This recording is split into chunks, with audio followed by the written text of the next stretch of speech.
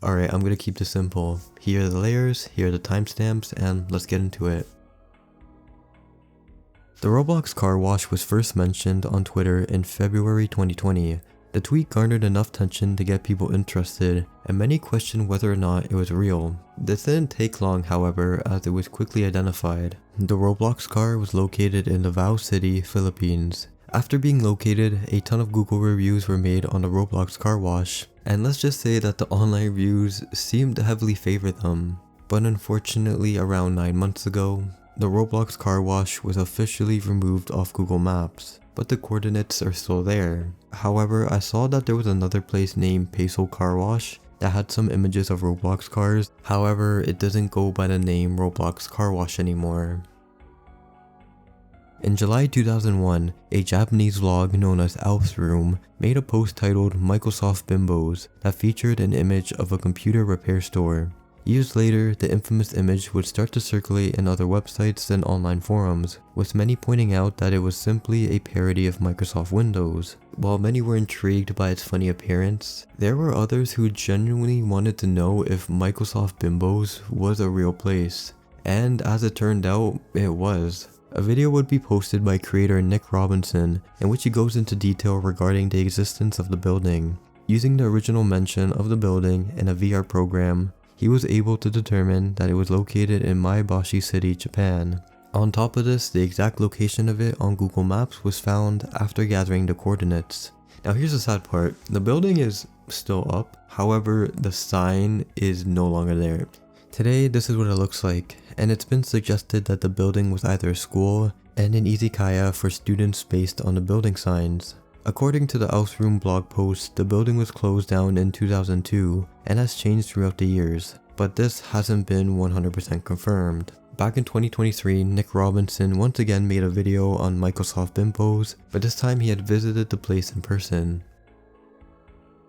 Team Fortress 2 has a map named T-Fort, and while the map is not based on a real location, this image posted on the TF2 subreddit shows two grain elevators that look similar to the in-game map. Looking closely on the building on the left, you can see that it says Weldon, Saskatchewan, and just shortly after, the exact coordinates of the location were revealed. But after many people looked on Google Street View, they stated that it only looks like the map on certain angles. Shrek's Pizza was a Shrek branded pizza establishment located in Wistonshaw, Manchester, England. Now while there's no known exact date of when Shrek's Pizza was created, the store's Facebook account was made in 2017. Some of their posts included a picture of the establishment and a couple pics of the menu. Just a few years later in 2020, Shrek's Pizza became popular due to online memes, and the pizza was apparently pretty decent according to those who went there. But as of today, Shrek's Pizza is no longer a thing and went out of service in 2020 due to not getting that much business during COVID and lockdown restrictions. It has since been replaced as Dixie Chicken. Located in Worcester County Town Mills Pond, out in Shrewsbury, Massachusetts, lies a small island given the name Busta Rhymes Island. Back in 2018, when the island started gaining attention, the individual who dedicated the island to music artist Busta Rhymes came forward and explained why they named it Busta Rhymes Island. The person behind it all is Kevin O'Brien, and the island is near his home. Since 2005, Kevin has been maintaining the island, and when he was asked on why he gave it the name Busta Rhymes, he stated that he's been a big fan of his music since his teenage years. Adding on, he stated that it's a small island with a rope swing, blueberries, and some stuff Busta would enjoy. Kevin has tried for many years to keep the island in good condition, and while you can search up Busta Rhyme Island on Google Maps due to geotagging, Kevin wanted to take it a step further, and so he submitted a formal proposal to the US Board on Geographic Names in hopes that they would officially allow the island to be named Busta Rhymes Island. Sad to say, but as expected, Kevin's application was denied. It was explained that there's a requirement that a celebrity or public figure has to have been deceased for 5 years before a body of land can be named after them, as the 5 years serves as a cooling off period. Another factor that's looked into when considering a name change is local usage, and the chances of residents actually calling it Busta Rhymes Island was pretty slim. On average, it takes a company 277 days to report a breach. Your personal data could have been exposed months ago, and you're just hearing about it now. Your bank could be breached at this very moment, and who knows how long it would take you to learn about it. Do not let criminals take advantage of you when you're vulnerable. But how could I protect myself, you may ask? The timing of the question couldn't be any better, as I want to talk to you about today's sponsor, Aura. Your valuable and social information such as your banking, social security number, phone number, email, and other personal information have likely been leaked on the internet, and there's a chance it may even be on the dark web. I mean, just look how easy it is to find yourself on a people finder website, and the scariest part of this is that it could be found in seconds. Thankfully, Aura can alert you if anyone is attempting to steal or breach your data in a quick and timely manner. Aura also has many other services and protections, such as offering up to $5 million in identity and theft insurance should the worst case scenario happen. They even have a VPN with safe browsing and an antivirus to ensure that your device is secure from malware, spyware, ransomware, and much more. Some of their other valuable resources include parental control features that allow parents to monitor their young ones' time spent online, and other content filtering that can be used on certain content, apps, and websites. Probably one of my favorite features is the spam protection feature, which allows users to filter and block incoming text messages. We all know how annoying unwanted calls and messages are, and this is something that could just greatly benefit us. With that being said, you can go to my link, aura.com/cubby, to get a 14-day free trial and see if any of your data has been exposed. I highly recommend you check this out right now, because the only thing these companies are going to do to help you is offer free credit monitoring. If you haven't luckily been a victim of fraud yet, don't take the risk while you're still vulnerable. Aura does all the hard work while you can feel safe and secure while browsing online. So why not give Aura a chance? Like I said, you can use my link, aura.com/cubby, to a 2-week free trial. The link will be provided on screen, but if it's easier, you can check it out in the description and in the pinned comment. Once again, I want to thank Aura for sponsoring today's video, and I hope you guys take the extra precaution to protect your online identity by using Aura. Located on a stretch of Highway 11 between Fouquet and Kapakasing, Ontario, a roadside flying saucer can be seen that belongs to the town of Moonbeam, Ontario. For a bit of history, the National Transcontinental Railway was fully completed by 1914. With this, it allows settlers from Montreal and the Laurentian to access new agricultural land and natural resources of northern Ontario. During this time, the town had no official name to it, and there have been many theories surrounding how it got the name Moonbeam in the first place. It's believed that the settlers who explored the area saw flashing lights from the sky when they arrived there. Because of this, they called the lights moonbeams. Another possible explanation was when the settlers were traveling on the train through the dark forest, they would later be exposed by the light from the moon on the snow by the forest glades. After learning about all of this, many came to the conclusion that the light rays they saw were simply just the northern lights. Now when it comes to the UFO sculpture, there have been many cases of weird UFO and extraterrestrial sightings since Moonbeam has been established. One of the more well-known sightings occurred in the 1970s. The town's mayor, Nicole Fortier-Levesque, explained numerous large reddish-orange discs were seen in the sky, with them being around 15 to 20 feet in diameter. While this was happening, the town experienced static interruptions on the radio and TV broadcast. In order to show tribute for these strange occurrences, the UFO was created in 1991 as a sign of symbolism for the town. Moonbeam even has its own official town mascot known as Kilo. In Huntsville, Alabama, a cemetery named Maple Hills was founded in 1818 and is known as Huntsville's largest and oldest cemetery. During the Civil War, it became a burial site for Confederate and Union soldiers. But there's been other cases in which former US governors, senators, and other historical figures have been buried. Attached to the cemetery is a park, and despite the cemetery growing in size throughout the years, the Maple Hill Playground and Park was still available for the public to use. This changed, however, in 2007 when the cemetery began to run out of space, and so in order to create more room, the city removed some of the park's numerous features, such as picnic tables and playground equipment. This caused an outrage to many locals as they didn't want their adored park to be taken away, so instead a small portion of the playground remained publicly available. The playground looks like any other ordinary playground. However, it has been given a name by the local residents as the Dead Children's Playground. The legend goes that during the Huntsville flu epidemic of 1918, many children who contracted the flu were buried in Maple Hill Cemetery. And since it's near the playground, the ghosts of these kids are said to come out and play on the equipment during the day and night. Witnesses have stated that they've seen paranormal activity happening at the playground, such as the swings moving on their own, and many have described an eerie feeling while staying there for a short period of time. There was another urban legend that apparently a serial killer was going to this park and just murdering innocent children. However, this was later to be proven false. Till this day, the playground is still publicly available and has become more of a local attraction due to the legends surrounding the park.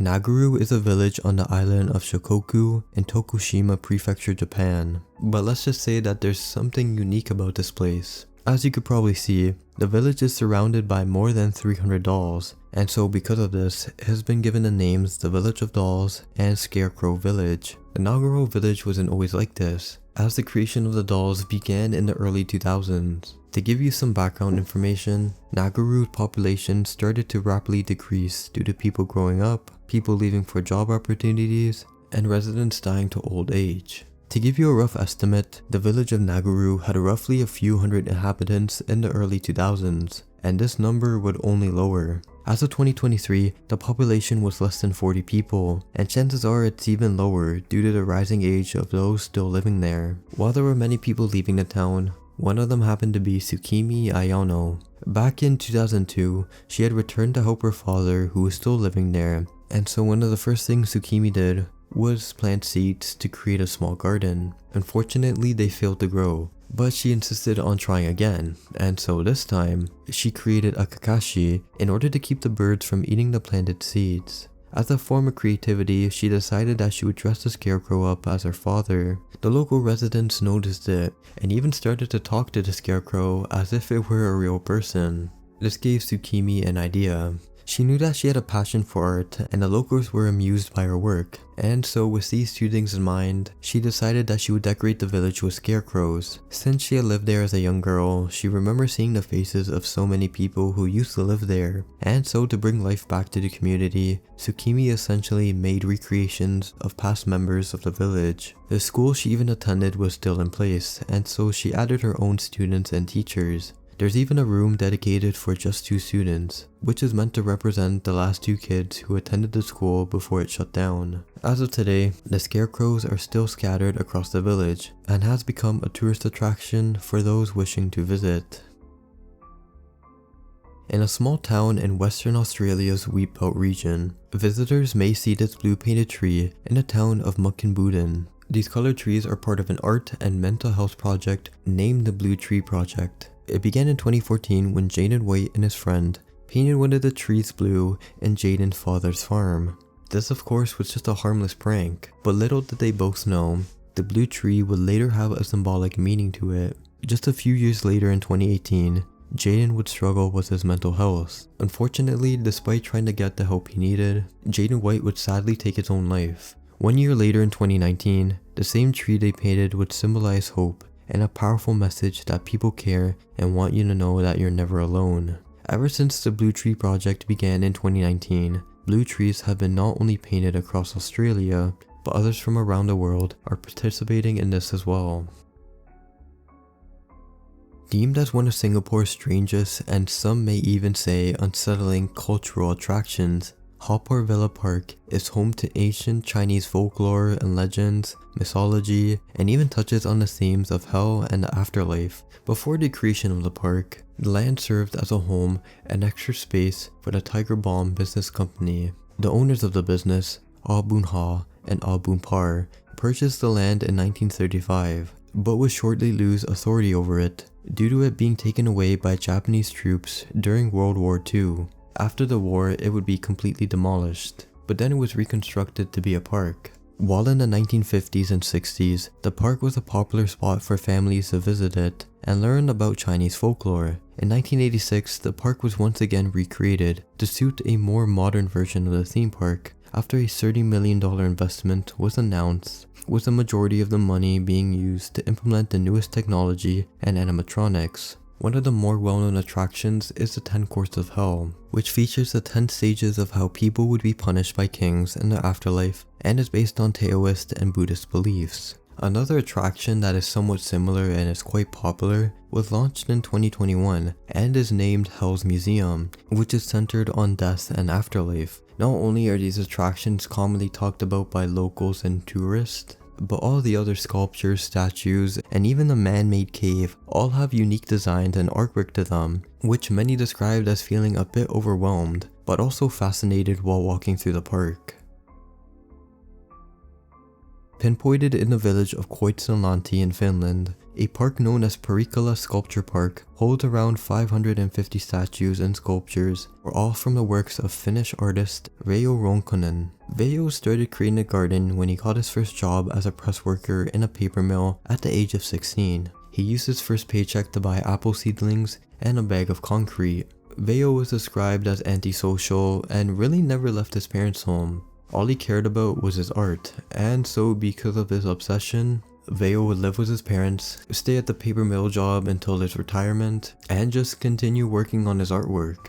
Its first creation was in 1961, and for the next 41 years of his life, Veijo sculpted over 500 statues. As mentioned before, Veijo wasn't the most social person. However, he did like displaying his art for others to see, and so he allowed the public to view his garden. While many attempted to talk to him and ask about his art, he insisted that people just write their thoughts on a guest book that he provided, and he would later answer any of their questions in the book. With his sculptures garnering a ton of attention from the public, Veijo would receive the Finland Prize in 2007 from the Ministry of Education and Culture of Finland. It should also be mentioned that Veijo never revealed his intentions behind his artwork, but it was noticed that a ton of the sculptures were in yoga holding positions, which left many to believe that he practiced yoga in his spare time. Sadly, the reasoning behind his artwork was never truly answered, as Veijo would pass away in 2010. Till this day, his garden is an admired tourist attraction and is being maintained by a Finnish businessman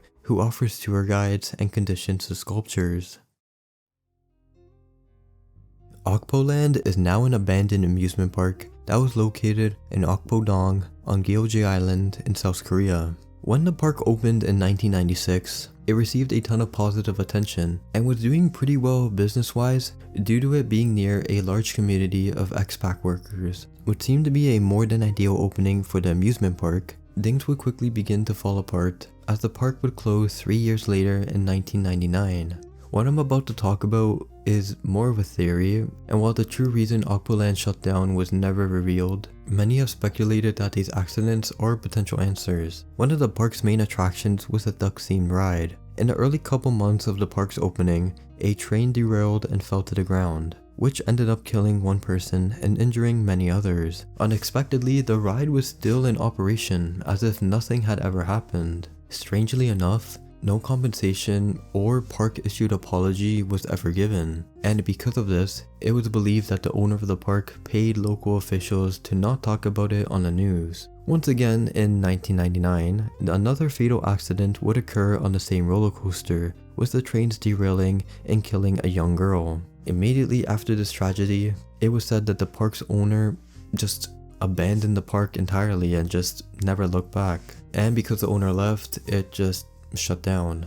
Another suggestion to the park being closed was due to the Asian financial crisis in 1977, as many other businesses collapsed and caused millions of people to fall below the poverty line, with this proposal being more commonly believed. But just to clarify again, all of these things are speculation and there's no answer. In early 1962, Centralia, Pennsylvania, an abandoned mine pit was used as a garbage dump, and in that same year in May, the Centralia Borough Council sent out a group of workers from the volunteer fire company to clean up the landfill. A common technique they used was to set fire to the trash, let it burn away, and then hose it down with water. But it was during this time that things horribly went wrong. Instead of the fire going away as usual, this one didn't, and as time went on, more and more smoke would arise from the landfill. This would go on for a few more days, and just a week later on July 4th, Centralia fighters realized that they desperately needed to get rid of the flame, and so they used bulldozers and rakes to stir up the remains of the burned trash to find the hidden flames. For a bit of background, Centralia was known for the coal mine business, and because of this, tons of coal were buried in the ground. Now combine this with a fire, and things start to get worrying. It was later revealed that there was an open mine shaft that allowed the fire to get caught on a coal seam. While coal seam fires can be put out, they are known for being extremely highly difficult to deal with, and the machinery required is expensive as specialized equipment and personnel is needed. Due to the smell of the odor and smoke levels rising, residents started to complain and demanded that something needed to be done to get rid of the flame. There were even numerous complaints of the odor entering nearby homes and businesses, which of course affected the nearby residents. Shortly after, a mine inspector was brought in to check out the smoke, and as it turned out, the carbon monoxide levels were equal to a mine fire, and soon after, lethal levels of carbon monoxide were spreading, which caused all of Centralia's mines to be shut down. At the time, residents were still living there, but some of them started to get more concerned of their safety and well-being. The Commonwealth of Pennsylvania initiated many projects to stop the spread of the fire. The first project consisted of authorities digging out the trenches to explode the flames, in which they would then extinguish them. As previously mentioned, taking out a coal seam fire requires a ton of funding, and as expected, they severely underestimated how much money they needed. Midway through the project, they ran out of money, and so a new project was needed. The second suggestion was to flush out the fire by using a mixture of crushed rock and water. This however failed, as low water temperatures caused the water lines to freeze. These two failed projects only meant that things were gonna get worse. But surprisingly, there were still a bunch of residents that wanted to stay. Despite how dangerous the area was, Centralia still had roughly a population of 1,000 people until the early 1980s, as they apparently got used to the conditions, but this would later change in the mid-1980s and early 1990s, as carbon monoxide poisoning became a much bigger issue, and so people had enough. It was reported that in 1993, Centralia only had 63 residents. These residents eventually filed a lawsuit against state officials after they attempted to evict them from their own homes countless times. 17 years later in 2013, the remaining 8 residents settled a lawsuit and they were allowed to stay for as long as they lived, plus they were each awarded $349,500. Today, almost all the buildings in Centralia have been demolished, and it's believed that the fire will last another 200 plus years. Gereja Ayam, or more known by others as Indonesia's Chicken Church, is a church located in central Java, Indonesia. The church was built by Daniel Alamsyah, a Christian who was inspired to make it after a dream. In his dream, he had a vision of a dove with snow white wings, resting at the top of a hill. He later recalls a disembodied voice telling him to build a house of worship where the dove was resting at. When he woke up, he dismissed his vision and went on with his life. A year had gone by, and Daniel and his family were walking along the Makalang jungle. As time went on, they would meet a young villager named Jiro. Daniel was invited by Jiro to climb to the hill, and when they reached the top, Daniel explained that the location drastically resembled the one he had visioned in his dream, and that's when he decided that this would be the exact spot he would build a church. After consideration, he named the area Bukit Rema, which translates to the living word.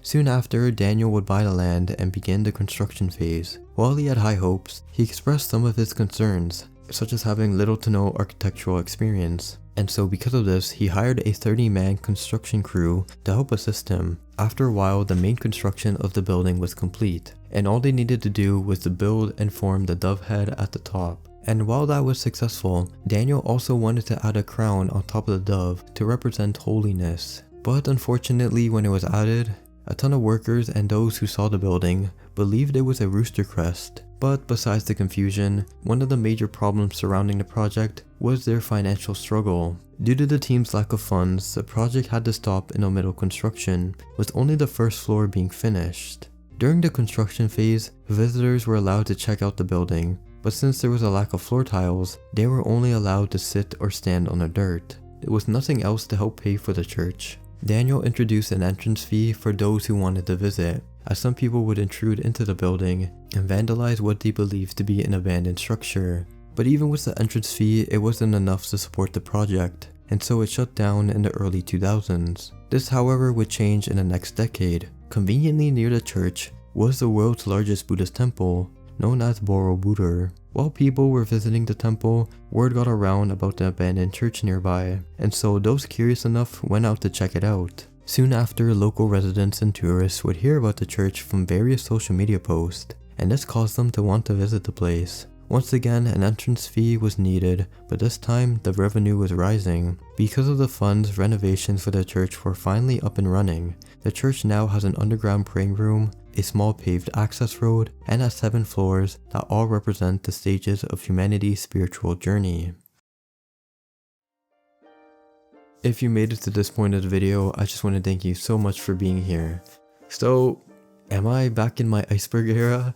I might be. Honestly, I have another Iceberg video coming up next. I honestly really enjoyed making Iceberg videos. I haven't done it in a while. It's been like almost 2 years now, but you know what? You guys really wanted them. You guys have been requesting them. I've seen the comments, and so the Iceberg videos are going to be coming. But yeah, that's all I have to say for today. Once again, thank you guys so much for being here, and I hope you watching have a great rest of your day. But before you leave, don't leave yet, I have to tell you something very important. I just want to let you know that I truly mean that. I truly hope, wait for it, you, yes you, the person I'm pointing to at right now, I just want to let you know that I truly mean that, and I truly hope you do have a great rest of your day. Alright, I'm gonna go now, but as always, thank you guys for being here, and I'll see you all real soon. Goodbye for now.